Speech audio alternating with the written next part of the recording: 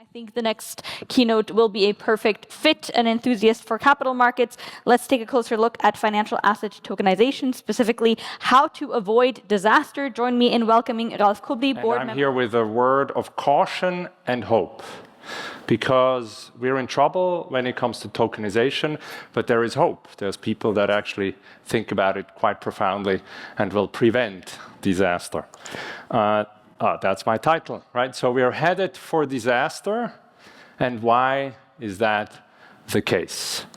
So the future of finance is tokenized, right? We do expect all financial assets, and more specifically financial contracts, to live in blockchain and DLT-enabled environment. What do we mean by financial contracts? On-balance sheet instruments, like bonds, annuities, etc. Off-balance sheet instruments like swaps, if you'd like some CDOs as well, if they're still around. And credit enhancements. They will also live in these DLT-based environments. But truly we're headed for disaster. And why is that? Because the state of the current way that we tokenize is terrible. It's terrible. So the current way to tokenize bonds, the market leader in this market here and maybe in Europe, takes a PDF, hashes the PDF, and puts the PDF in the token. Okay, that is hardly an innovation. That is quite a dumb token. No innovation whatsoever. The second problem is that most tokenization platforms currently available only tokenize the asset side. Where's the liability? Now, I'm not sure to which school that you have gone or in which bank you work, but that is clearly ungenügend. That's an F, okay? If you don't know that you also need a liability side. And don't look for DeFi to solve the problem, okay? DeFi today is basically over-collateralized lending of commodities. I think we can say, when I'm in the US, I don't say commodities, but in Europe we can say that. It's over-collateralized lending, okay, of commodities. And how much over-collateralized lending do you see in the real world? Not much. So DeFi will not solve your problem. We're going to use a well-tried and proven concept to solve this problem. We need to put the cash flows into these tokens. And how do we do that? Well, first we start with real finance. So we take the term sheet that defines the financial contract, we make it digital, but natively digital, truly digital. It needs to be machine readable, it needs to be machine executable, and it needs to be machine auditable. Right? And we combine that with the unique features of blockchain, which give you observability, verifiability, and, in our case, auditability.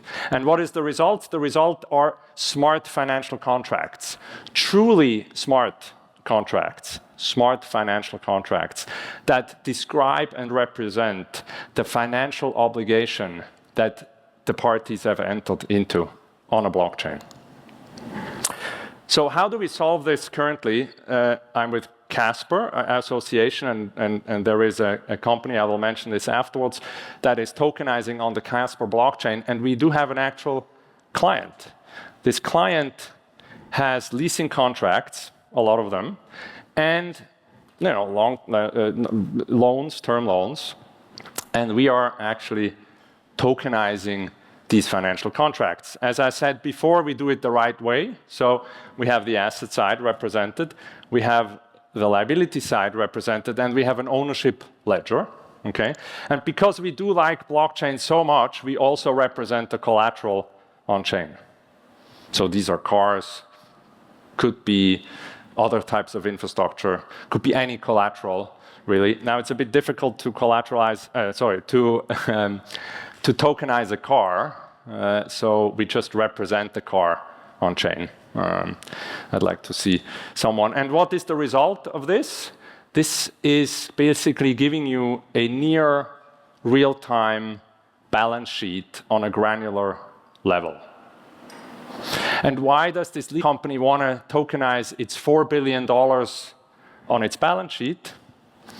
Because they want to enter the future of finance. What will this mean here to the audience? So imagine in the future basically is here already, right? So you have in Germany put the infrastructure in place to actually custody financial instruments on chain. In Switzerland, that's the case as well. So assume we have an issuer wallet. So this leasing company will have a wallet. It will issue and represent these financial contracts. You know, could be leasing contracts, term loans. Because I'm Swiss, you know, maybe there's some structured products, so we call this Struckis in Switzerland. So we have some Struckis in this balance sheet here, in this wallet. And then we go to the capital providers directly. And we ask the capital providers, what kind of exposure would you like?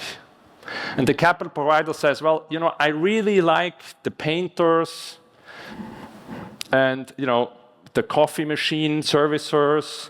I want those financial contracts from you. So we're transferring those. Then I really like some term loans, you know, and this specific profile. And then, you know, I take another leasing contract from southern Germany, and then I like somehow you hedged some of these positions, so I'll take one of those structured products as well, and you're done. That's it. That's the future of finance. You push the button, and the obligations and the assets move. Sorry, the assets, maybe also the obligations, can move from one wallet to another wallet. That is your securitization of the future. Right? And because these financial contracts are smart, they're smart financial contracts, and we have APIs, we're solving for the most difficult problems on an automated basis that you guys face today and ladies face today in capital markets. We solve the problem of reconciliation, we solve the problem of systemic risk, and we solve the problem of regulation. All you do in the future is you give an API to the regulator. That's it. No more expensive consultants, an API, okay? Imagine. So that's the future of finance. So I am summarizing. So the future of finance is built on smart financial contracts because they are built on an open source standard called ACTUS. They will give you near real-time balance sheets that are machine auditable. And it will provide you with automation that you cannot conceive of today in portfolio management, trading execution, strategies, etc.